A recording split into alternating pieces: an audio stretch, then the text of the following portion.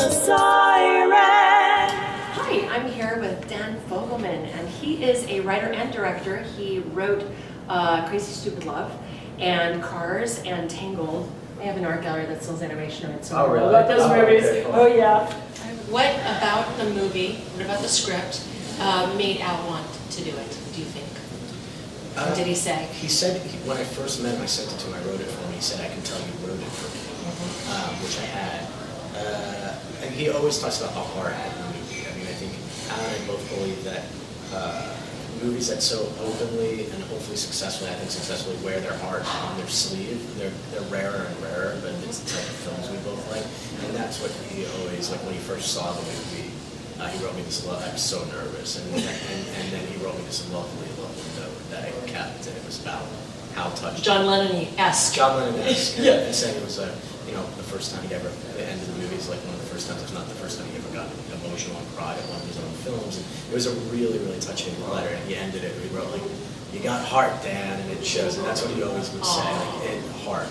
And so I think that's probably what John was. It's a great piece for Al. I mean, he gets to kind of really act. There's such an arc, Yeah. and it's not the kind of arc that people expect from him, I don't think. I think It's scent of the woman kind of arc. yeah, and even and a restrained version of that at that too.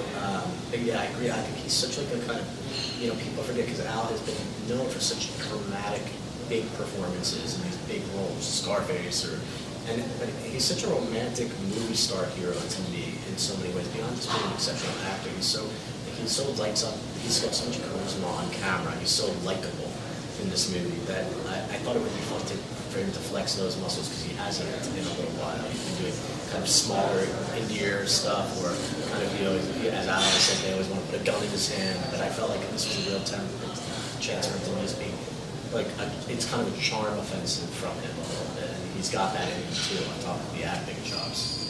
The charm, Yeah. I'd imagine. And the charisma. I mean, Al was a theater actor, and would have, I think, I'm speaking for him, but probably would have been very content to just remain I think he said that. a theater actor. And overnight, he became our biggest movie star. I mean, he was put in this movie, and Godfather, and it just boom. And he says it was like being shot out of a cannon, he always says. But he's not a guy, so he has the charisma and the look and the persona of a movie star. He's got the personality and the chops of a theater actor, which I think both serve him very well in this film. And not every film is taking advantage of both, just by the sheer nature of them getting to be sweet, gentle, and family, and that kind of stuff, while also being in some really heavy scenes, some weighty scenes as well. But I love movies with heart, and I always check myself at the end. I'm like, I'm going to be one of the people that loves it, even if nobody else does, and I'm going to say I love it because it's just, But in terms of I have two things I always spoil for people that read my reviews. One is if there's cancer in the movie, and the other is if there's a dead dog. Sure. Those are my two things. Because is there something about Al that he had connection to that? And I know that you talked about it for you. What parts of what you wrote in it specifically resonated? I don't know about if that kind of stuff, the illness and whatnot.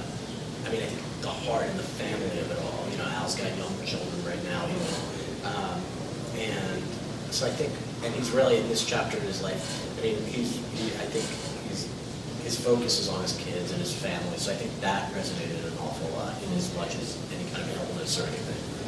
For me, it was important. It's something I've dealt with a lot at a young age. And I thought it was, without spoiling too much, I think, when rich people or celebrities want to restart their lives, I think there's this kind of perspective. I think there would be this perspective for Danny Collings in the film of like, yeah, they'll be a little pissed that I was not existent in their life, but they'll get over it. I'll throw some money at the problem, and I'm going to get to live happily ever after. And life is messy. I mean, what I always say is if you went to any of my friends right now who are all back in Jersey, raising families, they have kids with varying levels of developmental issues that they worry about. There's my closest friend is battling 4 years old, really serious illness. They're losing parents. They're losing things. They have mortgages that might seem minuscule to Danny Collins, but is what makes them fight in bed at night with their wives and husbands. And I think that's the real life that you enter. It's funny because the cancer movie and the stuff, it's like, you could say, a lot of people will say, I'm sure, like, oh, it's got cancer and that, but so does life. Right. And I think, it's actually not a movie convention. I don't know why.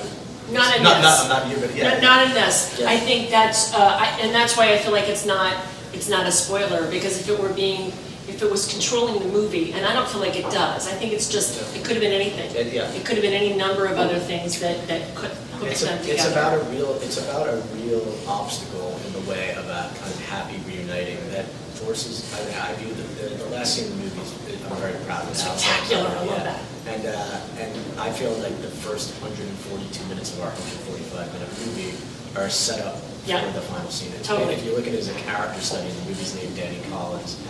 It's a journey for Pacino that takes 142 minutes for him to just be able to behave properly in the final 3 minutes of the film. And I don't think it's a happy ending. It's a beginning of a start for. And we have no idea what's going to happen. Exactly. I mean, I love that you left the ending open-ended, and I think that's a really not a spoiler, because you have no idea what's going to happen afterwards. I think that, I love the scene. That's like reason to see the movie, that ending. It's about hope and promise, and it's not a movie ending where everything's wrapped neatly up in a bow, I think, but it's hopeful. And I think, so often in this day and age, people have to feel something in a movie when they go to a movie and then apologize for it. Like, I'm sorry I liked it, or I'm sorry it made me feel, because we're so afraid. We'll see how the whole path goes. I know how audiences respond to the movie, because I've been screening this movie ad nauseum, and I know that people love this movie. But it's a tough type of movie nowadays in this day of Twitter and YouTube and internet, and the kind of negativity I think sells. I mean, I look at the films, many of which I love so much and admire so greatly, but the films that get all the awards, they're not fun. Downers, they're dark to watch. You don't walk out of the movie feeling good. You walk out of the movie feeling, you've seen something beautiful, you felt something, but it's not necessarily optimism or hope.